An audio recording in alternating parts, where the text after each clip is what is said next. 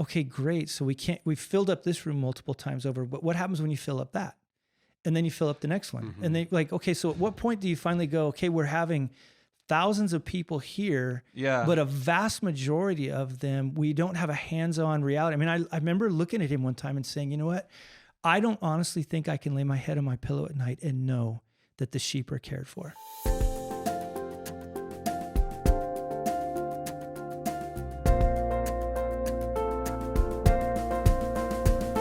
Hello and welcome to Faith Backstage, where we are having backstage conversations about faith, life, and ministry. I am your host, Joey, and I am joined today by two people. One is my brother, which I'm very excited about. Hello, Wyatt. Hello. How are we? How are we in podcast land? Thank you for being here. It's a pleasure. Wyatt's going to be co-piloting this episode with me, which I'm very excited about. We look a little bit alike. Most people say we look nothing alike, but well, we look nothing alike, but it's what we sound like. Are our voices similar? Our voices are very similar. People aren't going to be able to tell us apart. Especially when it goes up. Yes. You guys have a similar... When I get nervous, I'll talk up here. I know. Turning to Mickey Mouse. But we've also got a very special guest, Todd Nighswonger, on the podcast. Thank you for being here, Todd. Give a little wave to the camera.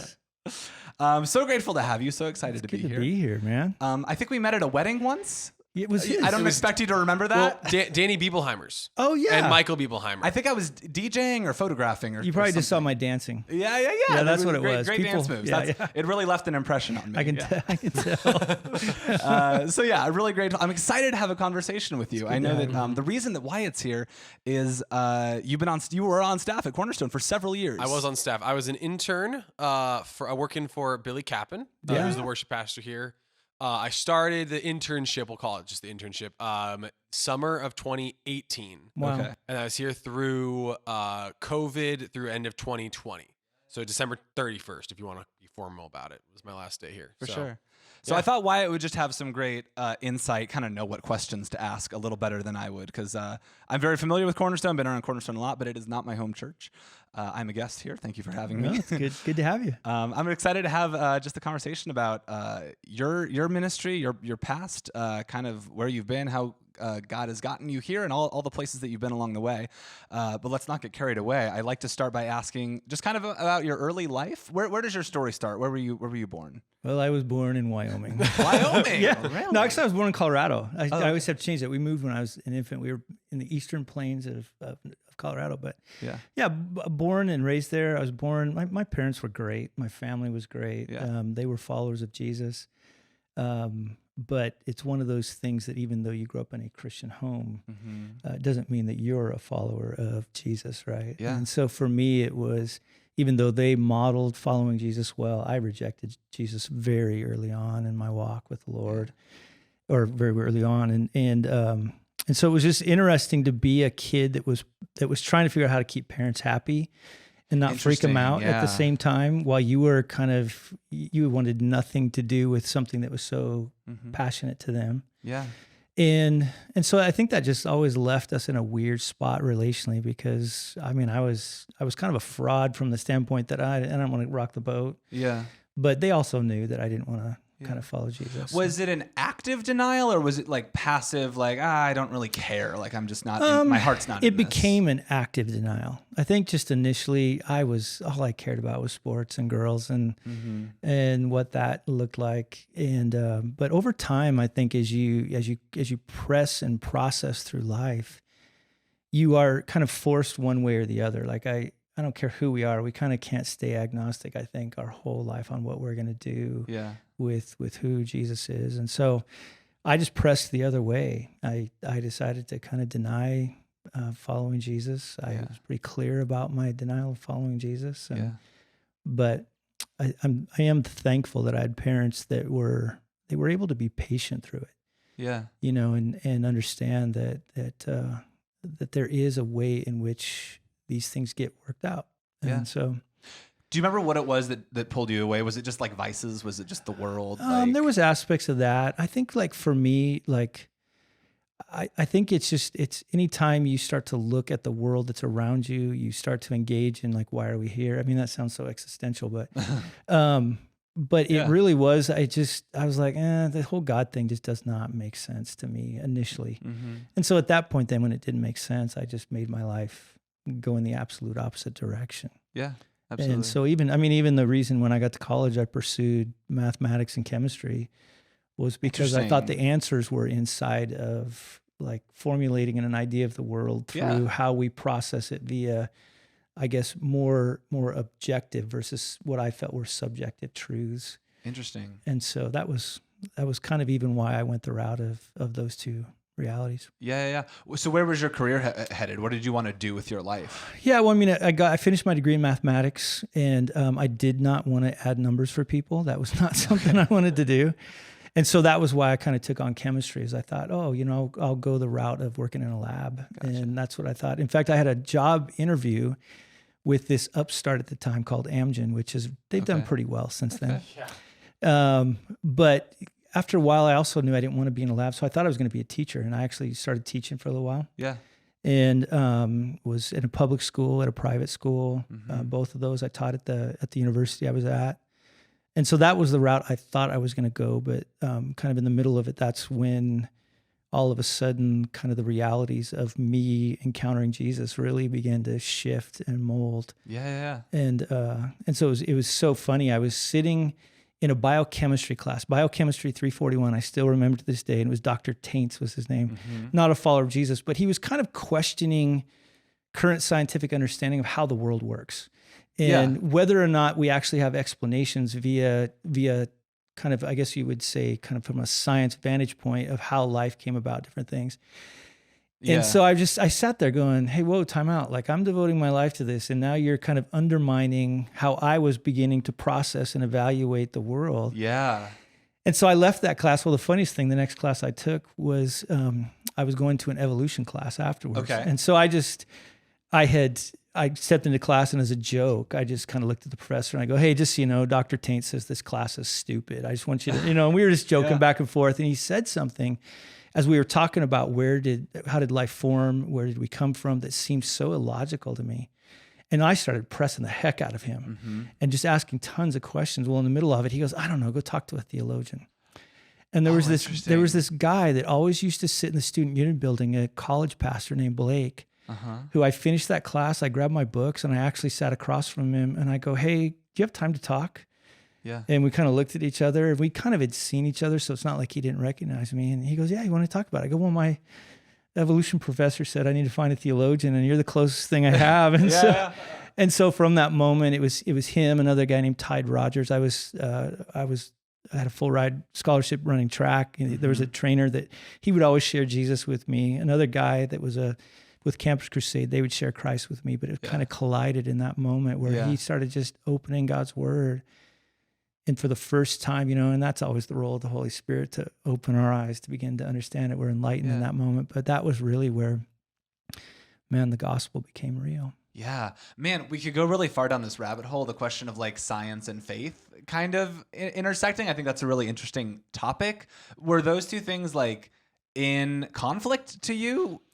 No, you're talking, this is a rabbit hole. Yeah, we could go there. I know. I think like in a weird way, each pocket has made it in conflict. Like I think actually Christians make it in conflict in a way that it doesn't need to be in conflict. And so we have such a fear of science. Yeah. And I think even a lot of the stuff that happened over COVID, Christians by nature have a fear of science. And so therefore they were kind of, and I'm just in general, like I'm not picking on anybody's understanding of things, but even science, right? It's so fascinating. Like now I'm getting my PhD in historical theology. There was a disconnect that happened in the Enlightenment where it used to be a university system, right? So university where God's the center of it, everything else revolves around theology, the queen of all sciences. Yeah. And the moment that you removed that, you made them these separate things, and they detached themselves from forcing themselves to kind of explain one another in light of obviously a creator. Yeah. But that's what I mean. It's a rabbit hole. But I think for me, it's just the biblical narrative. The more I begin to examine it and understand it, and that's what I went after. I just decided, okay, I'm going to read my Bible. Yeah. And I'm an avid reader. I'm a fast reader. And so within 3 months, I'd finished the Bible. So I came back to this guy and I'm just like, okay, I finished it. Like, what do we do now? And I saw these guys that were a part of a Bible college reading the 2 volumes of Jonathan Edwards. So I picked up the 2 volumes of Jonathan Edwards and I'm starting to read. I don't understand a thing he was saying. Yeah. I still don't. But there was just this side of it where all of a sudden it's just, you understand that the Bible is the only comprehensive understanding of this world and perception of this world that we can have. Wow, yeah. And I think that's where the two worlds, they collide in weird ways. So Yeah. But rabbit hole. Yeah, absolutely. The next episode that I'm doing is on young Earth versus old Earth, not as a debate, but just like hearing like from both sides. And it's that conversation is fascinating to me. But yeah, there's not time right now. I'm curious to kind of dive into like, so it sounds like God was working in you. The Holy Spirit was kind of preparing you. What did that look like of finally giving your life to Christ again? Well, first let me ask this. Were you still a Christian? Would you still consider yourself a Christian during those years? Like, did you accept Christ at a young age? And then I don't know how you guys were. Did you grow up in church? Oh, yeah. Okay, so you're constantly being bombarded. Do you want to say the prayer? Do you want to say the prayer? Do you want to say the prayer? Yeah. So my mom says that I said the prayer at an early age. I don't remember it. I remember I was at this, it was a midweek kind of Bible thing. Yeah. And I wanted to know what the kids did that raised their hand outside the room. I just was intrigued by it. I really didn't want to follow Jesus. So, with every head bowed and every eye closed, nobody looking around, if you want to follow Jesus, raise your hand, then you go outside the room. Yeah. And you got to see the secret club. What's going on in there. Yeah. And even in high school, I gave it one shot. These group of kids invited me to go to their youth ministry. And my personality type, I'm either all in or I'm all out. Like I don't kind of do the kind of halfway thing. And so I went there. I had an old King James Bible and I went ready. Okay, good. Let's go. Let's rock and roll. And I remember showing up and they're playing games and they're doing different things. Yeah. And again, I'm not anti-games. Sure. But for me, I'm like, Todd hates fun. I've heard that about you. I've heard that you're anti-fun.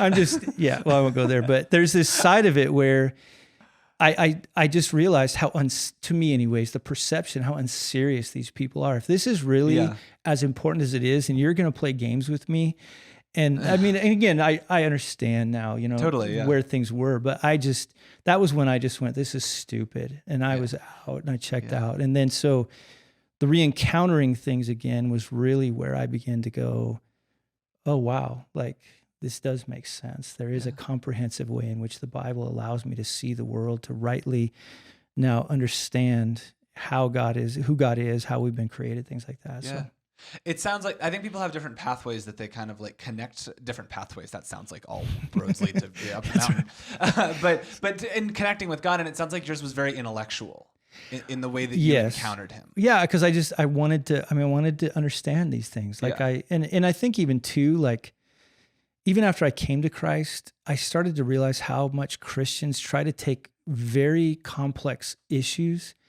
and we want to simplify them to make ourselves feel better. Yeah. And for me too, I always thought if there's really a God, there'll be tons of mystery here. But the way that I came into the church was, oh no, there's no mystery. Everything's explainable. We have a theology for everything.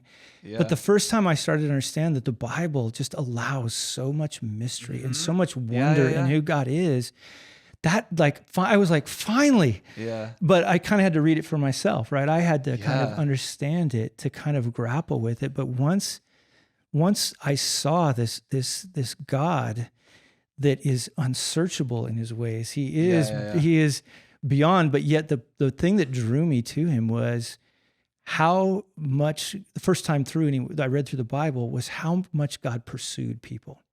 Yeah. Like, here's this cosmic God that is pursuing his creation. And that was where it was like, okay, this makes sense. Yeah. Where do you land after that? Like, where is this first point of connection? This is where my wife comes in. She missionary dated. I don't recommend it. Oh my gosh. That's awesome. Totally. Like where everything kind of cranked and turned was I was completely drunk one night at a bar. It was a Black student union dance, so all the athletic department had to come. And so here's this, at the time, I don't look at it anymore, but a skinny white runner kid showing up at this thing. And I had a friend who's almost 7 feet tall, and he thought, oh, you'll like this girl. So he grabbed her and grabbed me and said, Todd, Lisa, Todd, dance. Mm-hmm. Anyways, the night gets done, and I'm like, hey, so what are you doing tomorrow? Like, what's going on? She goes, I'm going to church. What are you doing? And I totally stepped in and I just said, oh yeah, I'm going to church too. Okay. She goes, oh, where? And I go, oh, to Grace Bible Church. She goes, that's where I go. The only church I knew in that town, I'm thinking of all the churches. Yeah. She's not going to know that one. Yeah, she's like, oh, what service do you go to? And I'm cool. Okay, I'm a math guy, so I got a probability. I got a 50-50 shot here. I go to the second service. I do too. You sit in the balcony or on the floor? And so I'm like, oh, come on. I sit in the balcony. I was busted. She sat in there. And so finally I looked at her. I go, I am totally lying to you. I'm not going to church. But that was really how I started going there because Yeah. this hot chick was going there. And so I thought, wow, if this hot chick's going, Yeah. I should probably go explore what the Lord is doing there. Yeah. And so that was kind of where the connection of church and my faith, but it was also where that guy, that college pastor was pastoring college students. Yeah. That's awesome. That's cool.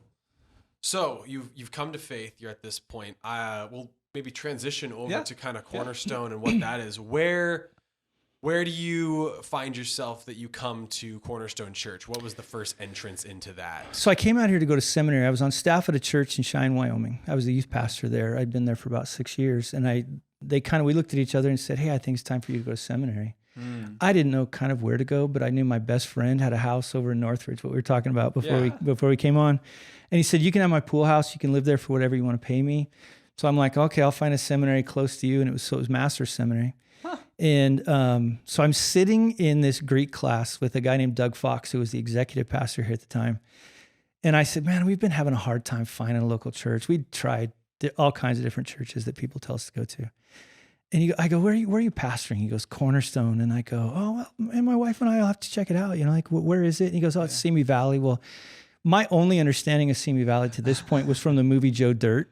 Joe Dirt. Yeah, that's how I thought Simi Valley. Yeah. So I'm like, so I looked at him. I go, oh, it's like Joe Dirt, Simi Valley. He goes, "Yeah." And I go, "Well, come check it out." He goes, "I don't know if you'd want to come."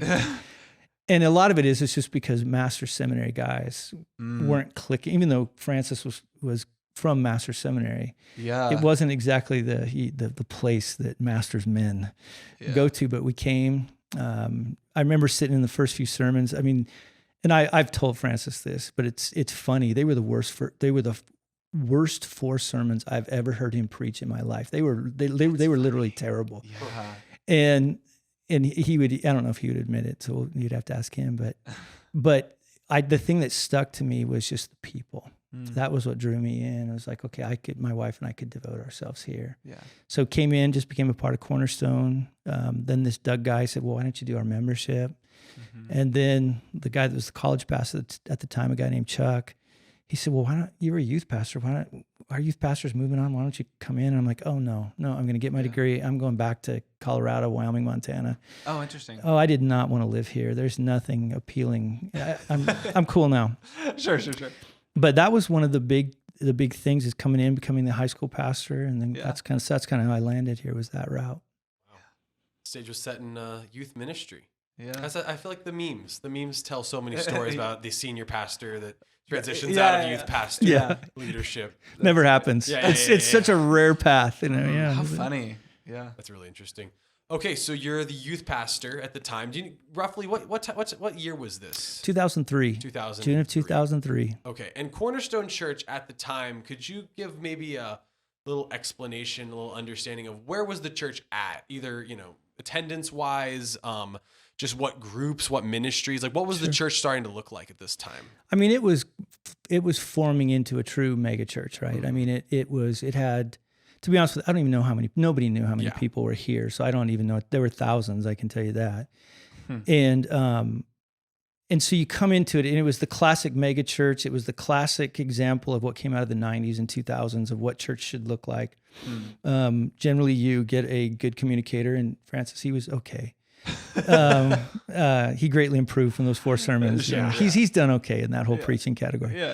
You get great music. You get a great children's ministry. You get a good student ministry. Right? You have men's ministry, women's ministry, and then you kind of mix them around this great communicator, and then voila, what you have is a mega church. And so whether you're talking Francis or, at the time, a Mark Driscoll or some of these big names, that's how you formed a church. You really formed it around a person. Yeah, kind of that lead guy. Yeah. And so that would have been how Cornerstone would have been characterized. I think the reason you generally came to Cornerstone was, I like Francis. Yeah. Well, and forgive me if this is a stupid question, but did Francis found Cornerstone? Mm-hmm. He started Cornerstone. Okay, gotcha. Yeah, he did. Started as like a small life group. It started out of a living room. Yeah. Yeah. As many churches do. Yep. Wild. Yeah. Yeah, the history of Cornerstone is very interesting. Very interesting. So you're sitting in the youth pastor role in about 2003. The church is growing.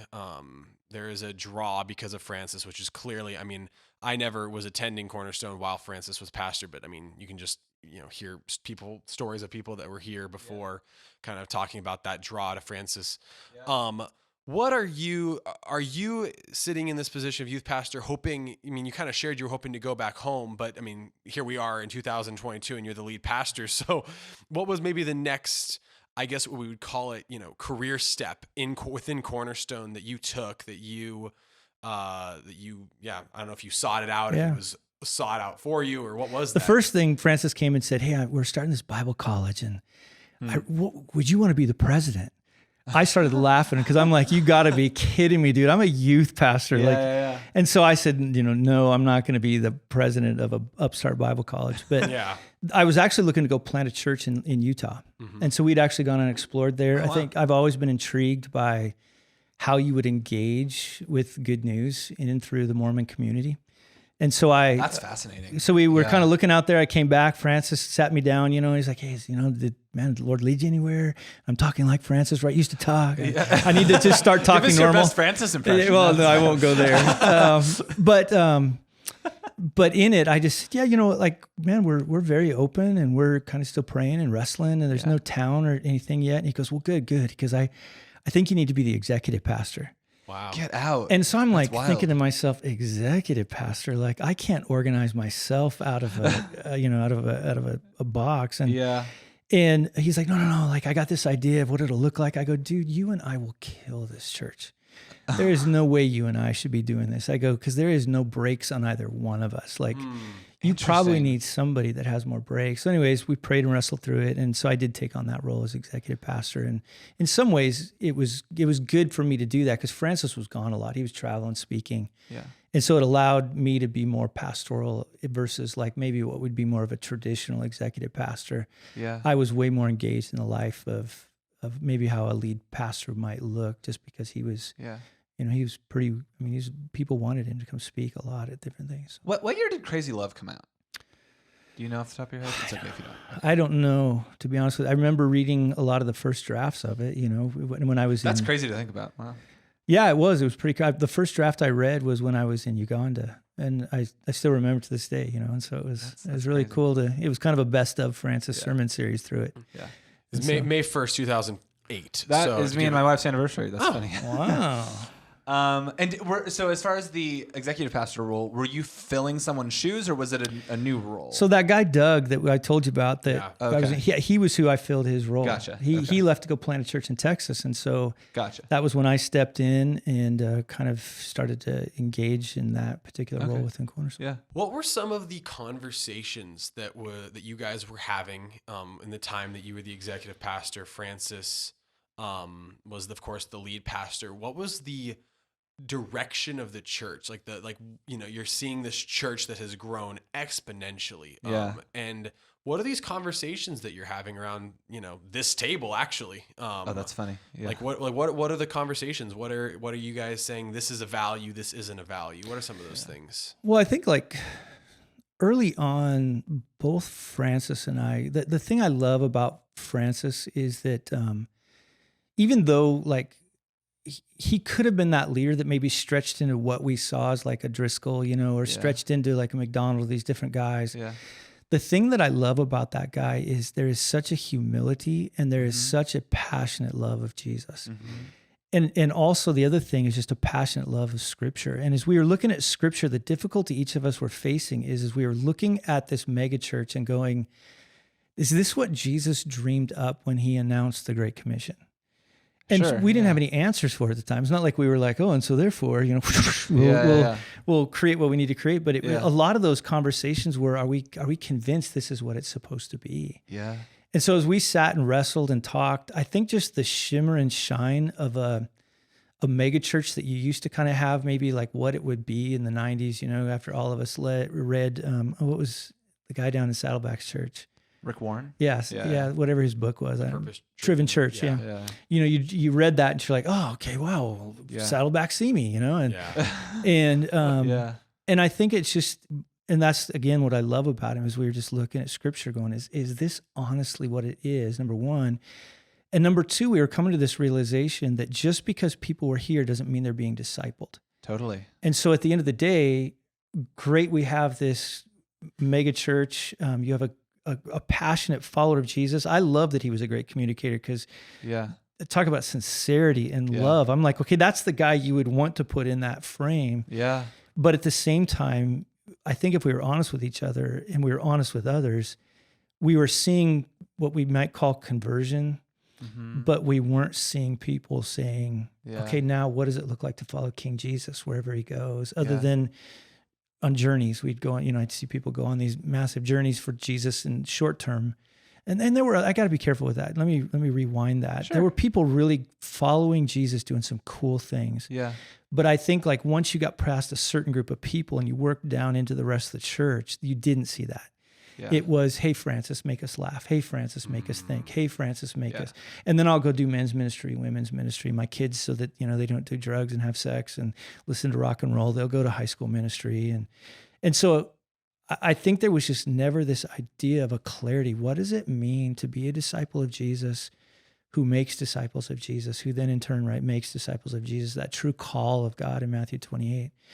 And so that caused us to start going, what are we going to do? We had just bought a piece of property. We bought like 150 acres. Mount McCoy? Mount McCoy. It was off Madera, right by the Target, correct? If I'm not mistaken. Yeah, you take that back in there, back towards that golfing, towards whatever golf, Terrahata. Yeah, Terrahata, yeah. And all of a sudden we just had this quandary, like, okay, great. So we filled up this room multiple times over, but what happens when you fill up that?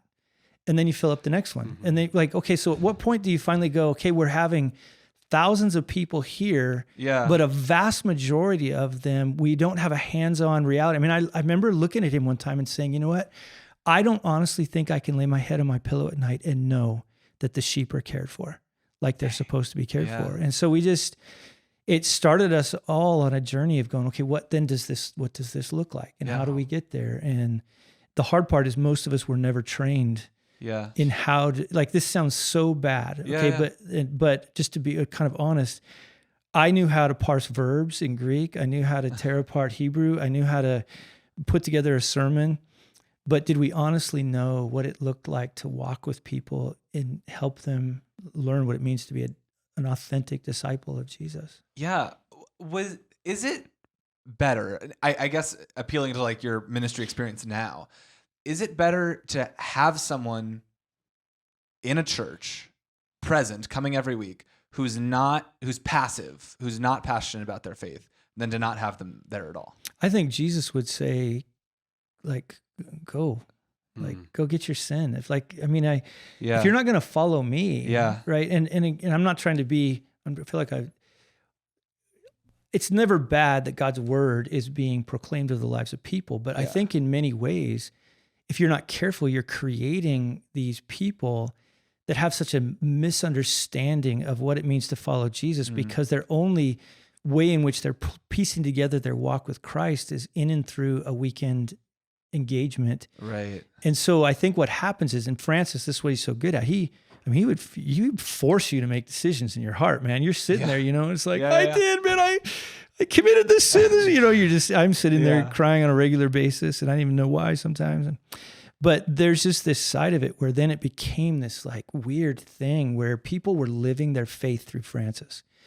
There wasn't this way in which they were capturing and understanding that God wanted to do something through them. Now, again, not everybody. I got to be careful saying that because there were really, man, he empowered a group of people. But I would say that was the group that we would have probably been making disciples with in the first place. But because these people weren't getting our time, I believe we weren't doing an effective job of taking the people that wanted to be there and wanted to follow Jesus, because we're putting our time down into, at best, nominal followers of Jesus, and potentially even people that weren't even followers of Jesus. Yeah. And so that was, again, there was just all these dilemmas that you're kind of wrestling through, but you don't have the answers. Yeah. Todd, is there a point, and I want to know if there was like either a starting point, because I've seen, sermons that Francis has spoken, but there's a point where this starts to become very openly discussed from the pulpit, where Francis begins to take the stage and saying things, like exactly what you're saying, the things that you're wrestling with began to be spoken from the pulpit. when was that happening? I mean, when did that start happening? Was it always It was message? towards the end before he left. Yeah. And I mean, again, and that's what I love about Francis. He doesn't hide where he's thinking, what's going on. Yeah. I love his authenticity. And so as he's communicating that, I would say there was a plus and a minus to it. The plus was we were being honest. The minus is, well, then why have you told me to hit this target for the last 20 years? Like you told me if we go build a big church and we gather all these people, that's success. Yeah. And again, we all did it. So I'm not trying to bash any one of us, but it was almost like we'd been playing a certain game. We'd been playing baseball and suddenly it's like, oh crap, we should probably play lacrosse. Yeah. We kind of were playing the thing, but man, it should look differently in how it's carrying itself out. And so he was very transparent, man. Like I so appreciate, I've always loved that about him. You don't wonder what Francis is wrestling through or thinking. Yeah. He lives out his faith in front of people so beautifully and passionately. But there was a side of it that I think the negative is you're now saying we were wrong, but we don't have a good answer for you.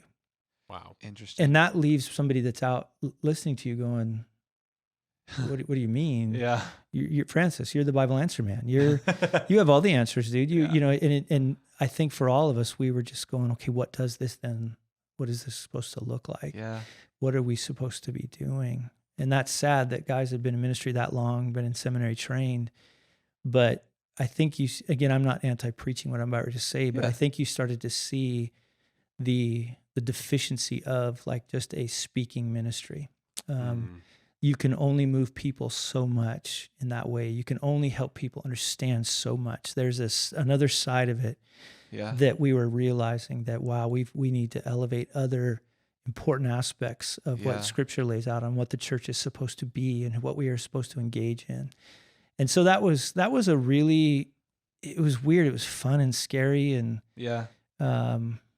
but that was our real quandary. Well, it's such like you said, it's such an interesting dilemma of like, you have people are coming. And for so many young pastors and maybe even old pastors, that's the goal is how do we increase attendance? How do we get more people to be coming?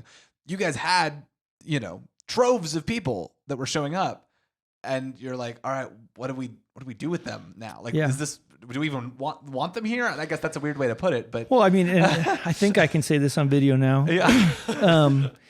But there were he and I even had conversations. Do we just shut the whole thing down? Huh? Like I remember he and I sitting in his office and going, is the best thing for this just to shut the whole thing down? Wow. And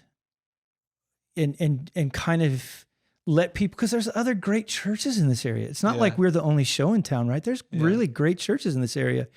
And so do we need to go, look, let us help you find a different place. But we both realize too, that's kind of sad that you get people moving down a direction and then go, oh, never mind. Never mind. Like we're gonna go try something new. But there's another side of it where we really were going, is the best thing to do because we've created such a machine. And the way I always put it, I think so much of the mega church, you guys know what a Rube Goldberg machine is? That rings a bell. Okay, it's like you push one thing, it hits something else, dong, dong, dong. It goes all over the place. And at the very end, it does an action for you, like turns on the toast or. Oh, that's funny. And I feel like the church is really, it's a giant Rube Goldberg machine where we go a million miles an hour. At the end of it, it's like. Whereas we could have used all that energy for such different kingdom purposes, but because we were doing all these things and feeling good that we were doing things, but at the end of the day, when you looked at what really got accomplished, it was just hard, and the great things were happening. I got to caveat that. I loved seeing what God was doing, and it was a rush, man. We were going a million miles an hour with our hair on fire. Yeah. But there's another side of it that just because you're going a million miles an hour doesn't mean you're necessarily moving in the right direction. Sure. And so that was a lot of the kind of come to Jesus moment we had to have. Yeah. So all of these, you're wrestling with all of that. And then is it introduced to you? I know from the stories, of course, that Francis's departure was sudden in nature, but was there conversations, was this like maybe the leading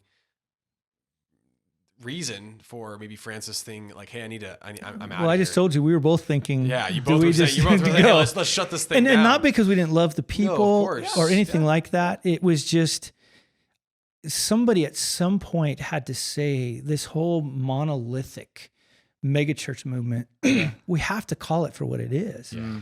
There's not that there's not good things happening, but I think what happened in that time period of the megachurch movement was not healthy necessarily for what happened in kind of Christendom as a whole. Yeah. There were good aspects, but there was a lot of unhealthy things that happened as well. It allowed, like we talked about earlier, a Driscoll to raise into a position just because a great communicator, highly full of energy, but yet we're raising these guys up based upon their ability, not their character, not the authentic work of Jesus in their life. Sure. And so, wow.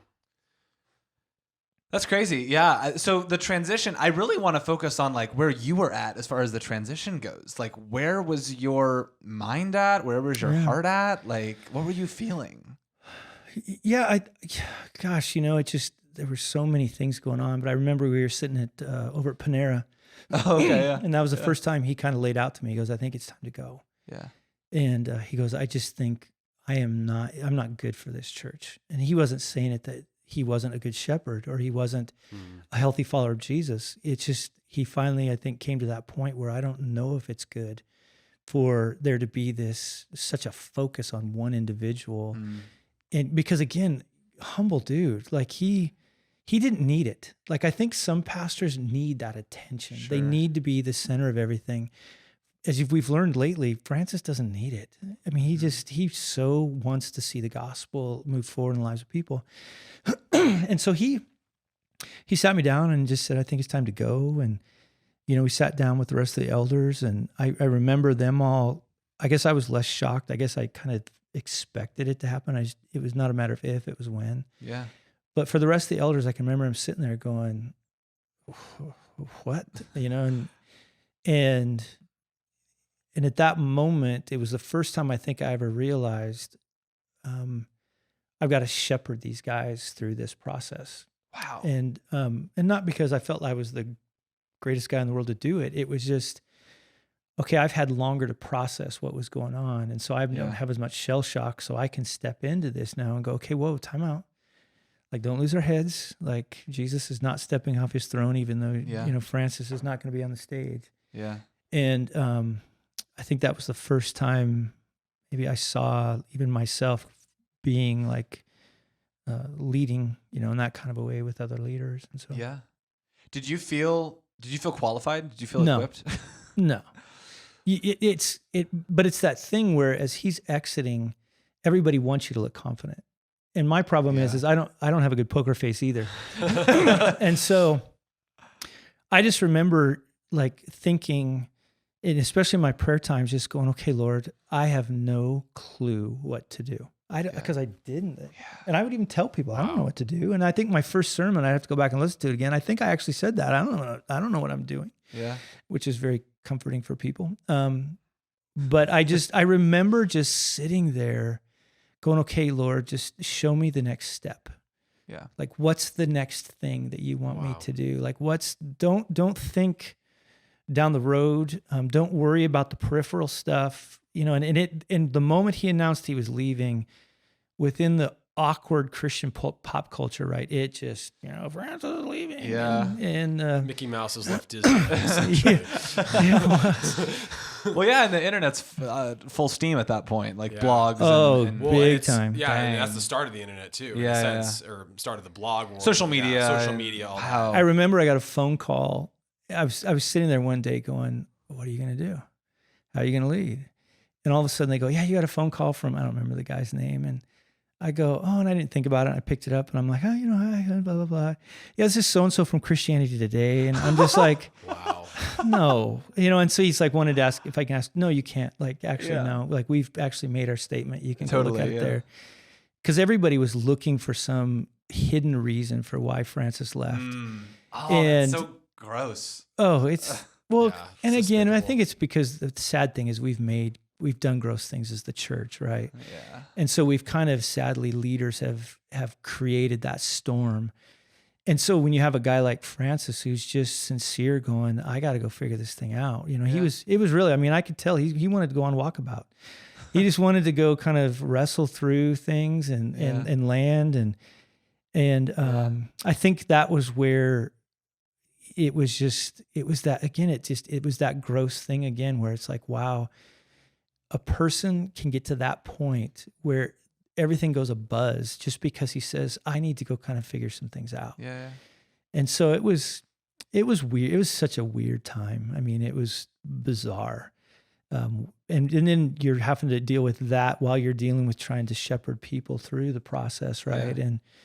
And so I think even, you know, if you ask if I was prepared, I had no clue what to be prepared for. I had never met anybody that kind of a national pastor had walked away from their church, and now here's the game plan, you know, and what you're supposed to do once a national figure walks away. Yeah. And you know deep in your heart you're not a national figure. Like you didn't learn that in seminary? Well, that was for my THM. I only got my MDiv. Yeah, sure.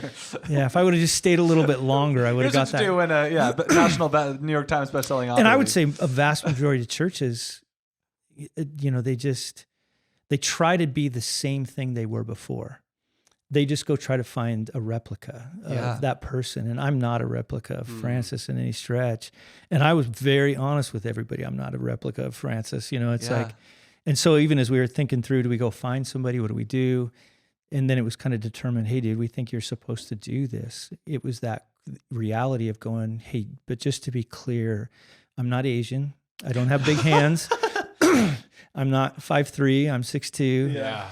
And so in that, it was like, you know, that was probably the hardest thing for me to make sure, look, I'm not him. Sure. And that was kind of interesting. Yeah. You know, I'm reflecting on, because we were at Rocky Peak as kids growing up. And I remember when Mike Yearley, you know, took over the role of Dave Miller. Dave Miller. Is that right? Yeah. I remember it being very much like Mike Yearley comes in, he casts his vision for the church and, move on. I was young, we were young, but, moves forward. This feels so much different than just you're moving on to the next senior pastor. This what you're discussing is what you just said. I mean, you have a national pastor, you have someone that's, critically acclaimed, best-selling author. I mean, where I guess my question for you in all this, and you've kind of touched at it, but like, what is as you're sitting in this now lead pastor role, what's your vision moving forward? Like, what are you like, okay, this is where the church is going to go? Because, and I'm curious, I don't want to assume, but of course there's maybe a thought that all of these Francis followers, I think is maybe what they've been coined over the years. Of course they're going to leave because they're there for Francis, but I might be asking too many questions here. I am new to the podcast, of course. I know. I think I've counted 3 questions in this right now. So what's one question? You can choose one of those 3 questions there, Todd. How about Take that? your pick. Dealer's choice. Yeah. How about if I speak in general to all of them? Sure, how about that? Is that okay? Can I try? I'll try to. Did you get what I was saying, though? I think you got so. the message? Okay. Yeah. I mean, one of the ways that I've loved how God built me and my background is one aspect of sports is you have to learn to forget. And you have to learn how to not, like, I just remember one time I was sitting with a guy, he was the US Open champion in golf, and we developed a friendship, and I was asking him, like, what makes a great golfer? And he said this statement to me that caught me. He said, the ability to forget your last shot, no matter how good or terrible it was. You have to always focus on your next shot. And I think in some ways, like, that's kind of how God has formed me. There's a downside and upside to that, which I don't really want to go into because then I'd be exposing myself too much. But there is a side of it where it was just like, I tend to not look back very well. We did that. We're done. Yeah. How do we move forward? What's our next shot? What's the next thing we're supposed to do? And we had already developed where we wanted to go, and that was where Francis actually felt, I don't think I'm the right guy to lead through that. And that's so, interesting. yeah, and so he just said, I think you're the guy that's the best person to lead through that. Yeah. But at the same time, there were so many, like, even though like that was maybe a good aspect of me, you also see your inadequacies and your shortcomings highlighted in that moment, right? Yeah. And so while that might have been a good aspect of me, there were other aspects where I just, I was really caught flat-footed. as far as like how to now lead through that and what does that look like to lead through that. And so it took me a long time, I feel like, to get my footing in certain areas, like how to really lead and to kind of help people work through aspects of, okay, how do we get there? And how do we work as a team, right, to be able to accomplish that? And so I think there were issues of fear of people that I had to work through. There were, I think there were issues of fear of failure that was really big time in there. Sure. And so that was, as these people are leaving, on one level, I'm able to forget my last shot. My personality type's like, well, goodbye, Gesundheit. I hope everything turns out well. Yeah. And that, again, there were certain aspects of how God made me that way. But then there's other aspects where, as an athlete, as a high achiever, failure's awful. Yeah. And so you can also deal with like, oh, great, like I'm gonna sink the good ship Francis, and so there was a lot of turmoil going on inside of me, and all the while not knowing who to talk through it. So it was a very weird time. Yeah. And so as you watch these Francis followers, to be honest with you, I'm like, okay, go. Like and I don't mean it mean-spirited. It's just like, go, because we got things to do. Yeah. But at the same time, it also, then I have a quandary in me going, oh, you failure. And like, how are you going to get there? You said something, you said it in a joking way, but like you said the good ship Francis, like you've been entrusted with, right? Which is like, I'm sure not your perception of it, but I think people's probably perception of you was like, like you're piloting the ship, you're steering the ship, captaining the ship.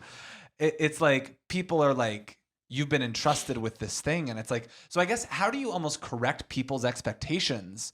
Because they're placing expectations on you like crazy of what they think you should do, which programs you should keep, what ministries you should start doing, what you should teach on, what the style, the tone, all of that.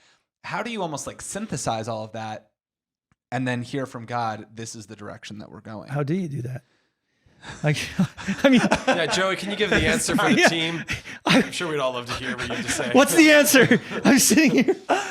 It's a hard question. Well, an and again, question, I did maybe. So many things that like I look back on and go, oh, okay, that was, and I don't see them as sinful decisions, but there were, you only have a capacity of wisdom that you have a capacity for. And so Sure, I didn't know what I was doing other than I had God's word and I had some aspects of background. And so as I'm wrestling through these concepts, it really was, I knew that the type of leader I wanted to be is I did not want to form a church that revolved around a person again. Like that was so passionate for me. Sure. And so therefore we weren't going to have a single lone communicator, just one person that was going to communicate all the time in which people could then live their faith through that particular person.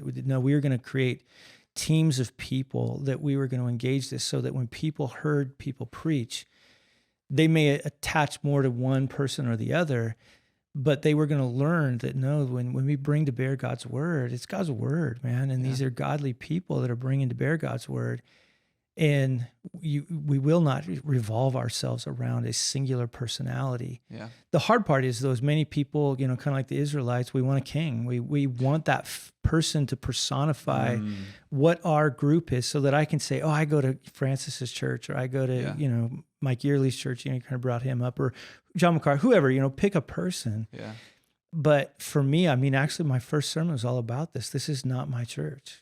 Yeah. And it's not Francis's church. This is Jesus's church. And we're going to learn what it looks like for this to truly be Jesus' church. Now, I was highly naive when I said that. Like it preaches well. Yeah. But I had no clue what it meant to take a church that had years and years of great things, baggage, and go, okay, now we're going to turn it. And I didn't realize how long that would take. I didn't realize like how many visions. I mean, the thing that was so fun about Francis, he had a new vision every week, I mean, he's like, next week we're going to solve world hunger. And then the week after that, the gospel's going to spread. And then we're going to start a Bible college. And, and I'm facetious a little bit. Yeah. But there's just this side of it, though, that I didn't realize how many old visions I had to shut down and how many people were attached to those old visions. And so as you shut down an old vision, now all of a sudden there's people attached maybe to Francis, but that vision. Mm-hmm. And so the moment you come in and say, well, this is no longer like going to be a major vision of what we're trying to accomplish. Yeah. That then also dislodged people. But in order to capture a new vision, you got to shut down old vision because you can't sustain yourself. Sure. That was the downside of Cornerstone is we had no central vision of what we were trying to accomplish. Yeah. And I'm not saying that to bag on me or Francis or anybody. It's just we had a bunch of visions and a bunch of people attached to all these visions. But in order to get where we needed to go, I had no clue how much work it is to shut down old visions. So I remember one elder going, hey, when are we going to really establish where we're going? I go, it'd be nice, wouldn't it? But I've got to go figure out how to shut down this thing that we started and this thing that we started. I got to figure out, I got a Bible college, I got a piece of property, I've got all these different things that were the old vision of Cornerstone. And before we can actually press forward, we got to shut it down. And not only were people attached to that, but staff were attached to those old visions. Sure. And so the moment you shut down an aspect of the vision to which they came to Cornerstone over, it created tons of conflict and difficulty. And you had ways in which we were wrestling through theological issues. We were wrestling through philosophical issues. And so because everything was centering around Francis, your philosophy, your theology was always just around him. Yeah. And so that's where it was. Well, now all of a sudden when he's gone, you're left there with so many loose ends. Yeah. And so how do you go now about shepherding people and helping people get from point A to point B as they walk with Jesus as you shut down so many old aspects of it? Yeah. And so it was such a weird time looking back on it now. I didn't see it at the time because I was kind of thinking one step at a time, but it was weird. There's a lot of reasons people go to church. I mean, I think personality is a big one. And like you were saying, especially in that era, it's still true today. There's plenty of mega church celebrity, famous pastors today. But yeah, personalities, specific programs, like ministries that are happening, that people want to be involved in. Just the people, like a lot of people feel safe in a church community, in a church body. They know everybody. There's familiarity there. Maybe it's the campus. Like at Rocky Peak, we have a really beautiful campus. A lot of people are like, just love being there for that reason. Yeah. You know? So there's a lot of what I'm getting at is there's a lot of reasons people would be at a church other than to follow God, to be a disciple of Jesus. And so I can just relate. That's tough. And parsing which one, what to keep and what to like you said, shut down. Yeah, I mean, it was constantly a dilemma. I mean, what's funny is like I said, Francis always was after a new vision. We had set out to do communities, and we were starting to pocket communities by neighborhoods within Simi Valley. We were all ready to go on that. And my big thing was this is a grassroots movement. We let it develop a life of its own. You don't force it. You have to let it kind of be cultured at that time and allowed it to grow. But for Francis, man, and again, it was the joy of the fun of him, but then also like these times where it's like he doesn't move in first gear, right? It's like, man, for him, everything, you move it forward. And so we moved forward this thing called communities, and in it we lost, I don't even know how many people that said, we don't want that. We didn't come to Cornerstone for that. We walked hundreds of people out that were in a greater radius of like 15 miles or so from Cornerstone. We were trying to help them find local churches so that we could get them in these healthy places where they could have communal life together. And so that was all going on. And at the same time, that's when Francis decides, hey, I think it's probably my time to leave. And so you're already experiencing this bloodlet of people that are attached again to so many different things. And so that was where that was the head of steam you have coming into his exit. And so it was really, I think for a lot of people, they probably would look back on it and, why didn't you just keep things the way they were? Everything was fine. Why didn't we had a great thing going. Yeah. One of the fastest growing churches in the United States, a great communicator, fill in all those blanks. Yeah. But I think for him, for me, for many of the other elders, pastors, the status quo was not right. Yeah. And but then how do you shut down old vision to pursue what God's called you to pursue? Yeah. And that's hard. That's challenging. I think we'll just kind of head into our last segment, which is Cornerstone Today. You're still sitting in the role of lead pastor 12 years after Francis has left. What is Cornerstone Today? What is it like? I mean, I know we shared that I was on staff here, and it was a fun-filled time. Yeah. What is Cornerstone Today? What is your role? Yeah. Well, I'm still the lead pastor from what I know. I haven't been fired. That's true. Not what I think for the first time in 12 years, and it's happened over COVID, there were so many programs and things that just by nature you got to shut down. Yeah. And people, again, they love them. And so all those people attached to those various programs and visions, just understand this. I know they're passionate followers of Jesus. They loved it.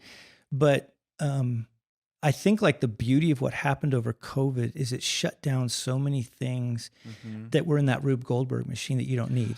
Wow. Yeah. Right? Yeah. You suddenly get to remove pieces and go, oh, we're still at the end of it, and we don't need all those different working pieces to be able to do it. Yeah. It was a reset button I think for a lot of churches. Yeah. And I think for some churches, I think that there were some churches that you saw them really take advantage of that. Yeah. And go, okay, like let's really gear ourselves. I think there were some churches really trying to get back to status quo. Yeah. And I understand why, because you're losing people, you're losing money, you're losing all those things that you need. Right. So I totally get it. But on the other hand, for me, it was, how do you now take advantage of this time? Yeah. And shepherd people through it, walk with people through it in such a bizarre time. But at the same time, my heart hasn't drifted away from discipleship. And so that's really what we geared ourselves to. How do we reshape a church to make discipleship as the forefront of what you're trying to do? That's crazy. And so a lot of what I'm doing now is just shepherding the process. And I would say since like August, September-ish, it's actually become fun because you're not feeling a lot of the weight of the things you were trying to keep moving. Now, I'm not saying we got rid of all the different things that maybe kept us from being able to do that. But there really is much more of a freedom to go after some things. But you're still helping groups of people to capture a vision for something that is not our norm. It sounds bad, right? Jesus left us to make disciples, but yet in many ways that's not the norm of the local church in some contexts. I can just speak to Cornerstone, but in a lot of ways, that's what I'm doing now. I'm trying to just figure out, how do we really authentically create a movement of disciples, not a mega church, not these whiz bang programs that make us feel good at the end of the day that we did something, but did we honestly make disciples? And that's from an assessment standpoint of a local church. I mean, assessing ourselves not based upon the things I feel like we used to assess ourselves on, but to really authentically say, no, the way we will know whether or not we are accomplishing what God's called us to accomplish is we're seeing disciples made. Yeah. And so that's where we're trying to get and trying to go, and realizing though that takes a while, to really develop out, because you have to have then equipped people to be able to accomplish that. You can't just do it overnight. So in a lot of ways you have to really shepherd and walk with people through a process. And that's what we're trying to do, is process that. Yeah. What would you say that you are like proudest of over the last 10 years? Anything? I'm still here. Sorry, I'm alive. Is that too eulogy-esque? I'm alive. Yeah. I don't know how to answer that. That's a difficult one. I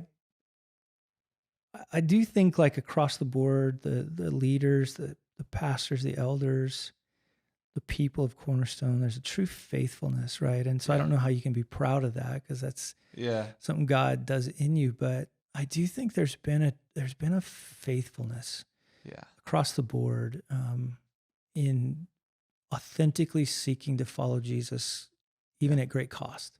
Yeah. And that's been, I think, that I attribute that to the work of God that Francis started. I mean, we're living on, I understand this all the time. I'm riding the coattails of Francis. I get that. I'm not naive nor stupid. Yeah. And so those kinds of things, it's a joy to live in the kind of the vein of that, but I don't feel we've ever strayed away from that. I really do feel like there's, even when we haven't been faithful, there's been an authentic desire to be faithful. Yeah. Do you still feel that today? Like the you said, the coattails of Francis. Like, does it still feel like that? I say that like totally fine. Oh yeah. Yeah. I don't mean that as a weird thing. Francis was such on a personal level, a phenomenal friend. Mm. Like, I know if anybody's going to speak truth to me, I would never doubt whether he was going to speak truth to me. Yeah. He on one end, I think feels maybe like what he did. There wasn't a satisfaction in certain aspects, maybe with what he did, but he instituted so many amazing principles within Cornerstone that are still here today. Yeah. That that we get to live in the, I guess the true fruit of that. And so while Cornerstone is definitely looking much different than what he would have been, the principles haven't changed. Yeah. And so it's, just that passionate committedness to Scripture, the passionate committedness to follow Jesus no matter what, to worship Jesus. I mean, it's just still those things are there. And so I don't say that as a bad thing. I really look at that as a positive. He really set a tone in what God did through him that I am super thankful for. And I would say in some ways I'm still here today because of a tone that got set by him.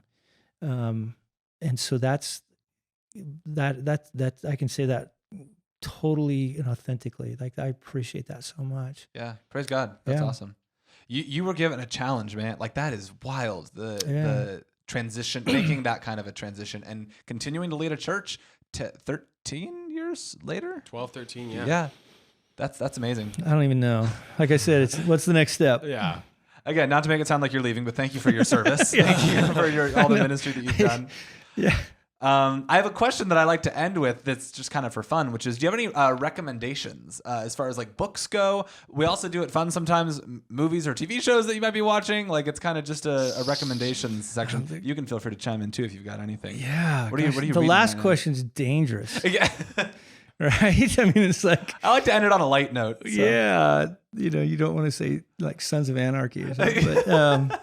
I don't watch it, by the way. Sons of Anarchy. Yes, that's when I'm doing my prayer time. There's like so many great books. I'll just say this. I think the greatest travesty in the church is that we don't involve ourselves in the history of the church. I don't think we know our family. And crazy uncles too, right? We got crazy uncles in our... Sure. No, we really do.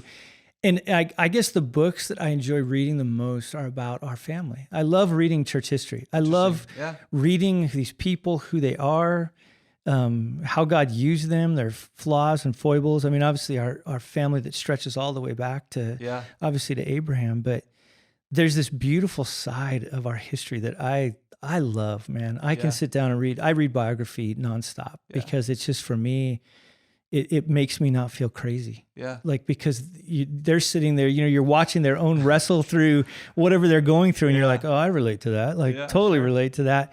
But it's also that reminder that we serve a God that's unstoppable. Mm-hmm. And in spite of all the things that have happened in our history, I mean, I watched, it was incredible to watch COVID, everybody freaking out. As if we're the first generation to ever go through something difficult and hard. That kind of upheaval. Or like, I mean, but it was like, what are we going to do? It's like, But at the end of the day, the beauty of what I think that does is it reminds you of the faithfulness of God then, the faithfulness of God now. He'll continue to be faithful.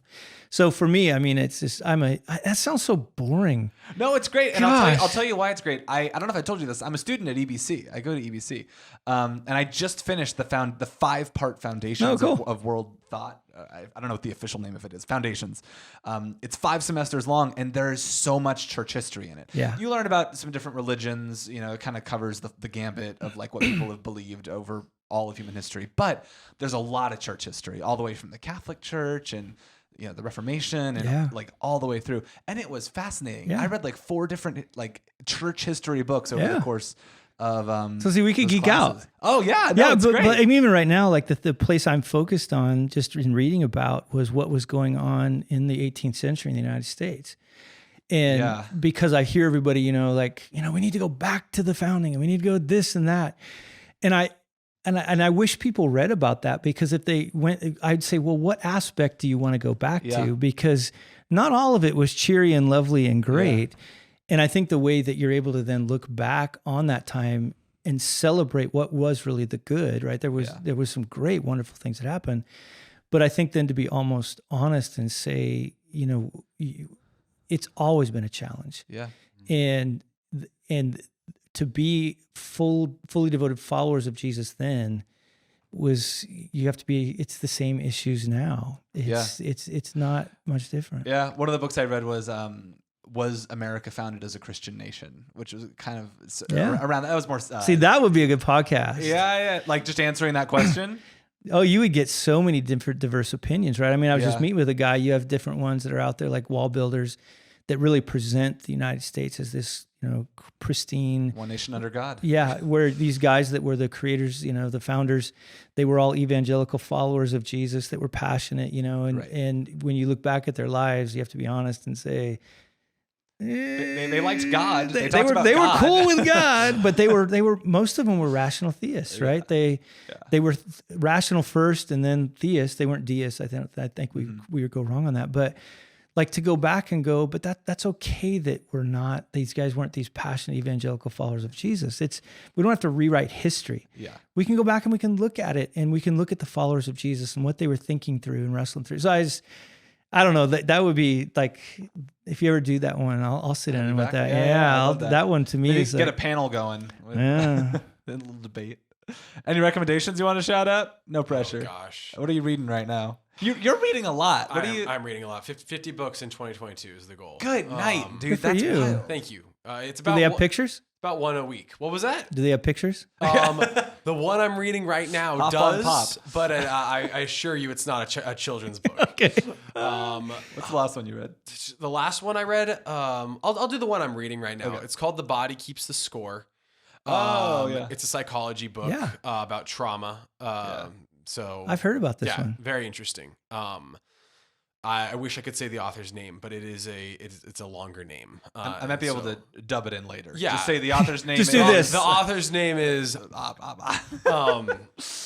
anyway, no, it's actually in my bag right now. But anyway, yeah, very interesting book. But it does have pictures. Shows the brain's diagram. And I love a good diagram. what responses are triggered and what parts of the brain light up. So there are pictures in that book. Yeah. So, What are you reading? What am I reading right now? Oh my gosh, I just finished The Devil in the White City. It's history, it's historical nonfiction. Okay, I don't know It's that about the 1893 Chicago World's Fair. And there was a serial killer there. yeah, I was about to say that's the one where everyone dies. Yeah. H.H. Holmes. It's a true story. You're a but sicko, aren't you? Well, I like history. I'm reading it for the history. It's a historical. No, but reasoning. I know the history of murderers all the time. No, but like most of it is about the building of the Chicago World's Fair, which is a fascinating story of architecture and design, and it's cool. Didn't he like lure his victims by saying like there was something in his car or something? Sorry, I'm butchering it. Not quite cars. Sorry, cars not at cars. that point. I'm so sorry. I'm so sorry. Horse-drawn buggy? Yeah. He was like, "Hey, come with me here." Sorry, not the cars. His hotel. I'm sorry. He had a hotel. Yeah, he had a hotel. Yeah, H.H. Holmes. Wow. Now I feel dumb. Cars. I'm sorry. I'm asking I'll Todd cut what that his out. role is. I'm sorry. I'll cut that out. Todd, what is your role now at Cornerstone Church? I liked it. No, his role Keep is, that part in. There's different Yeah, ways yeah, to yeah. answer. It's not just the job title. There's different ways to answer that. As a 100%. pastor, you know? That's cool. I won't read it, it's but that's cool. interesting. It's written as a fiction, but it's Okay. not fiction. It's cool. It's a page. I won't let my children read it. No. Yeah. At some point. So grateful to have a conversation with Thank you. you so much, This Todd. is amazing. Yeah, thank you, guys. What a story you have. It's wild. I just thank you. I hope people were blessed, encouraged by this. Yeah, it's kind of always the goal. So yeah, thank you for sitting down. Wyatt, thank you for co-hosting with me. Of course, first and last time after having the serial killer bring him back to his cars in 1860 or whatever it was. Do they have mopeds or what? Yeah. Thanks you guys for being Thank here. you. Thank you, Todd. Yeah. We'll see you next time on Faith Backstage.